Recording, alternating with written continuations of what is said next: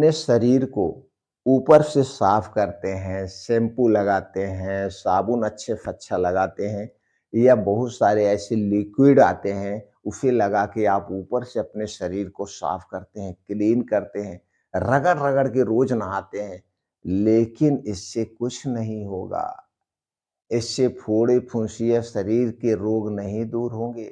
दोस्तों जब आपका शरीर अंदर से गंदा होता है, तो दोस्तों अंदर से शरीर जब गंदा होता है तभी हमारे शरीर पे चर्म रोग, स्किन संबंधित रोग होते हैं, तभी हमारे शरीर में तरह-तरह की बीमारियाँ होती हैं। तो दोस्तों आपको अपने अंदर के ऑर्गन को क्लीन करना होगा। अंदर के जो अंग हैं उन्हें साफ करना है, जैसे आपका लीवर हो गया, छोटी आँत, बड़ी आँत, किडनी, गॉल ब्लैडर, ये जो अंदर के ऑर्गन हैं बैठे हैं, आप दिन भी इधर-उधर की गलत चीज़ें खा के इन्हें आप दूषित कर दिए हैं, इन्हें गंदा कर दिए हैं, इन्हें क्लीन करना होगा। अगर आपके शरीर का अंदर का ऑर्गन क्लीन है, साफ है, तो दोस्तों आपको कभी भी स्किन से संबंधित कोई बीमारी नहीं होगी। आपको पेट से संबंधित, किडनी से संबंधित कोई बीमारी नहीं होगी। ये हमारे अंग बहुत महत्वपूर्ण है। दोस्तों इन्हें आप दिन भी कुछ इधर-उधर करके गंदा करते रहते हैं। तो आज आपको एक ऐसे अद्भुत ड्रिंक के बारे में बात करेंगे जो कि दोस्तों एकदम सेफ है। अगर इस ड्रिंक्स का आप कुछ दिन तक प्रयोग कर लेंगे 3 से 4 दिन तक, तो दोस्तों आपके अंदर के जो ऑर्गन है उन्हें क्लीन कर देगा, डिटॉक्स कर देगा और वो भी नेचुरल तरीके से। अंदर के ऑर्गन को यह ड्रिंक्स क्लीन तो करेगा ही करेगा, उसके साथ-साथ दोस्तों हमारे शरीर को और कई सारे फ़ायदे मिलते हैं, क्योंकि इसमें बहुत सारे एंटीऑक्सीडेंट पाए जाते हैं। तो दोस्तों इस ड्रिंक के बारे में अगर आप जानना चाहते हैं, आप अपने अंदर के ऑर्गन को क्लीन करना चाहते हैं, तो दोस्तों तुरंत हमसे जुड़ जाइए। इसी तरह से अद्भुत नुस्खा, आयुर्वेद की सही-सही जानकारी आपको हमारे चैनल पर मिलती रहेगी। आपकी दिनचर्या कैसी होनी चाहिए, आपको सर्दी-जुकाम से बचने का तरीका क्या होना चाहिए, हम अपने शरीर को निरोगी कैसे रखें, इससे संबंधित तरह-तरह की जानकारियाँ मिलेंगी और आप पूरी ज़िंदगी दवाओं से दूर रहेंगे। ये जो जितनी भी अंग्रेजी दवाएँ हैं हमारे शरीर में ज़हर का काम करते हैं, तो दोस्तों हमें हमेशा अंग्रेजी दवाओं से दूरी बनाना चाहिए, यानी अपने जीवन के अंग्रेजी दवाओं से मुक्त रहना चाहिए। तो चलिए सबसे पहले हम ये जान लेते हैं दोस्तों, ये हमारा शरीर गंदा क्यों होता है? दोस्तों ये बाहर की जितनी भी चीज़ें आप खाते हैं, चाहे आप किसी भी चीज़ को ले लीजिए, यानी बाहर की बनी हुई जितनी भी चीज़ें, चलिए हम बात कर लेते हैं आपका सबका फ़ेवरेट मिठाई के बारे में। मिठाई में अगर हम दोस्तों एक ही एग्ज़ाम्पल ले लेते हैं जलेबी का, जलेबी सबको पसंद है। जलेबी की ही बात कर लेते हैं, जलेबी कैसे बनती है, बनाने में प्रोसीजर किया जाता है क्या? और यह कैसे आपकी आंतों को यानी शरीर के अंदर के ऑर्गन को दोस्तों क्या करती है? गंदा करती है, नुकसान पहुँचाती है। जलेबी किससे बनती है?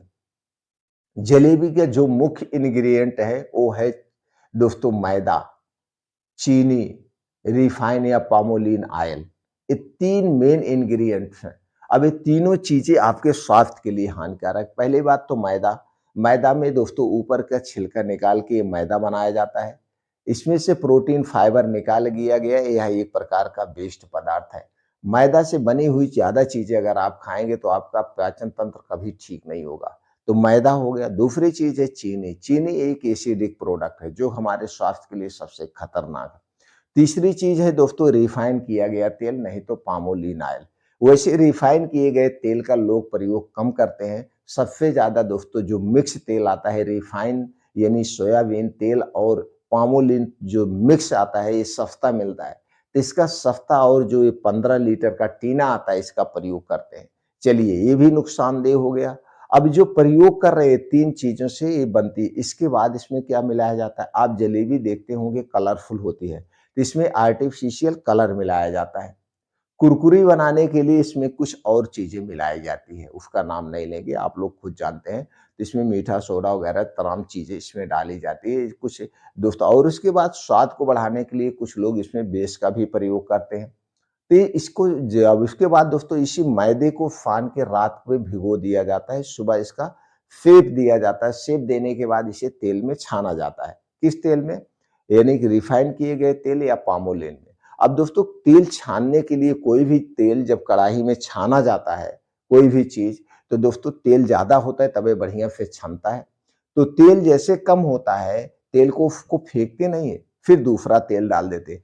मतलब एक बार जो तेल का प्रयोग कर लिए उस तेल को फेंकेंगे नहीं, जैसे तेल कम होगा दूसरा तेल डालेंगे, फिर तेल कम होगा दूसरा तेल डालेंगे, यानी कि उसी तेल को बार-बार हीट करते जाएँगे। और जब वो तेल बार-बार हीट होता है तो दोस्तों उसमें से एक ऐसा आर्सेनिक एसिड तैयार हो जाता है, रसायन अपने आप बन जाता है, जो कि हर एक बीमारी की जड़ होता है। तो जलेबी जो हम स्वाद के लिए खा रहे हैं, तो जो इसमें वेस्ट पदार्थ हो गए आप समझ गए। ये जाता है हमारी आंतों में चिपक जाता है। धीरे-धीरे आंतों में मोटी लेयर बनती है। मोटी लेयर, और जब ये लेयर मोटी हो जाती है तो इसी तरह से दोस्तों सारी चीज़ें जब खाते हैं, जब लेयर मोटी होती है तो आपको कॉन्स्टिपेशन शुरुआत हो जाता है।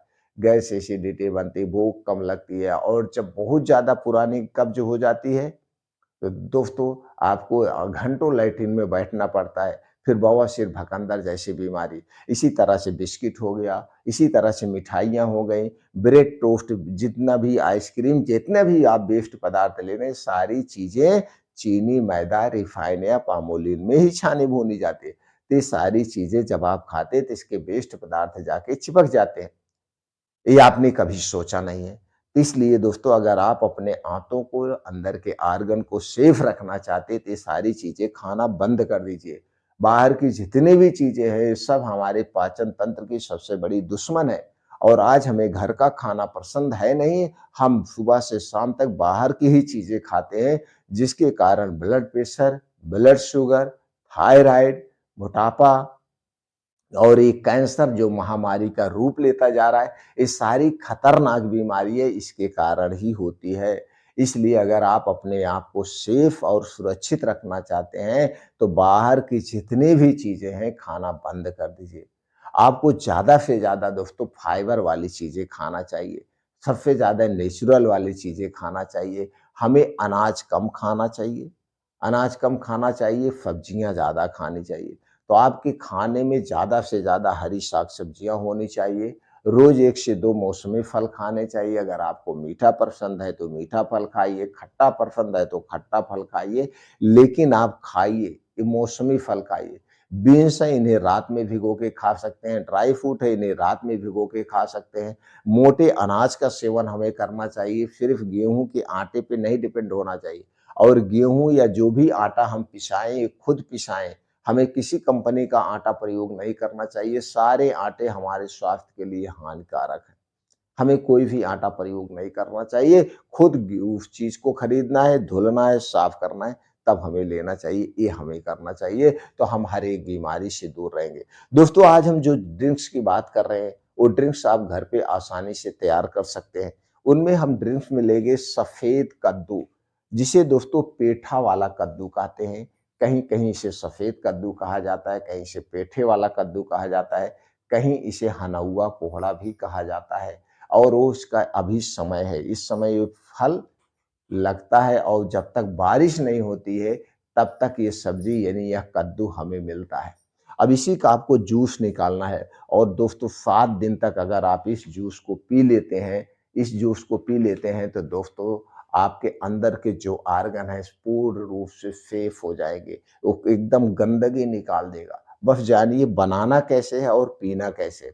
तो दोस्तों आपको लेना है 2 से 250 ग्राम सफ़ेद कद्दू, ऊपर का छिलका निकाल दीजिए, अंदर का बीज निकाल दीजिए, बीज का गूदा लेकर के इसके साथ आपको लेना है पुदीना की पत्ती।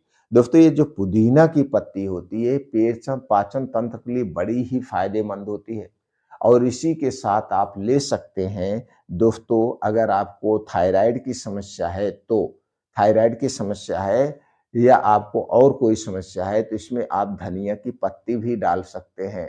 तो धनिया की पत्ती 1 से 2 चम्मच ले लीजिए।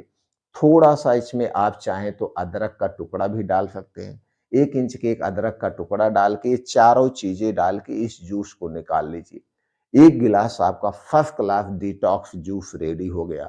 अब दोस्तों इसमें जो पुदीना की पत्ती है, धनिया की पत्ती है, जो आप ये लिए हैं, अदरक लिए हुए हैं, सब में ऐसे एंटीऑक्सीडेंट पाए जाते हैं जो कि हमारे पाचन तंत्र के लिए रामबाण है और इनका कोई साइड इफ़ेक्ट नहीं है। इन्हें डाल के ये जूस निकाल लीजिए। अब इस जूस को पीना कब है जो मेन ज़रूरी है।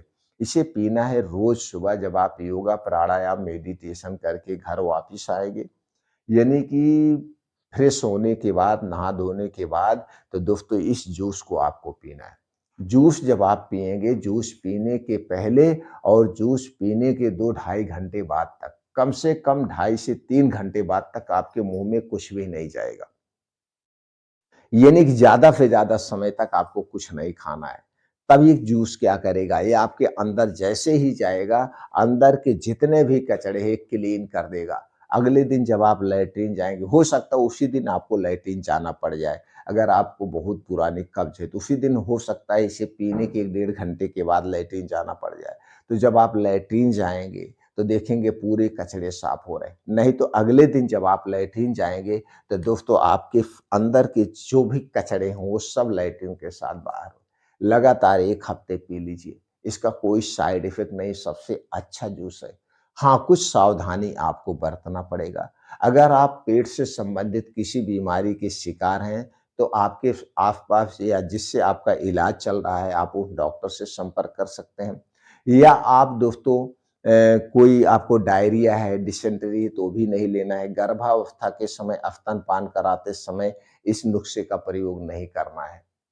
इस नुस्खे का प्रयोग नहीं करना है। जब आप कब्ज़ से पीड़ित हों, तो दोस्तों इस नुस्खे का बाकी लोग प्रयोग कर सकते हैं। अगर इस नुस्खे के बारे में और डिटेल में जानना चाहते हैं, तो दोस्तों आपके आस-पास जो भी आयुर्वेदिक डॉक्टर हैं, उनसे आप संपर्क कर सकते हैं, पूछ सकते हैं, तो भी सफ़ेद कद्दू के महत्व के बारे में बता देंगे। सफ़ेद कद्दू का जो ड्रिंक्स है, हमारे लिए पूर्ण रूप से सेफ़ है और एक अच्छा अद्भुत डिटॉक्स डिश है। जो कि दोस्तों आपके पूरे पाचन तंत्र को सेफ रखता है। तो दोस्तों 1 हफ्ते लेने के बाद आपके शरीर से सारे कचरे दूर हो जाएँगे, आपके शरीर में फुर्तीलापन आ जाएगा, आलसपन जो खत्म था वो भी दूर हो जाएगा।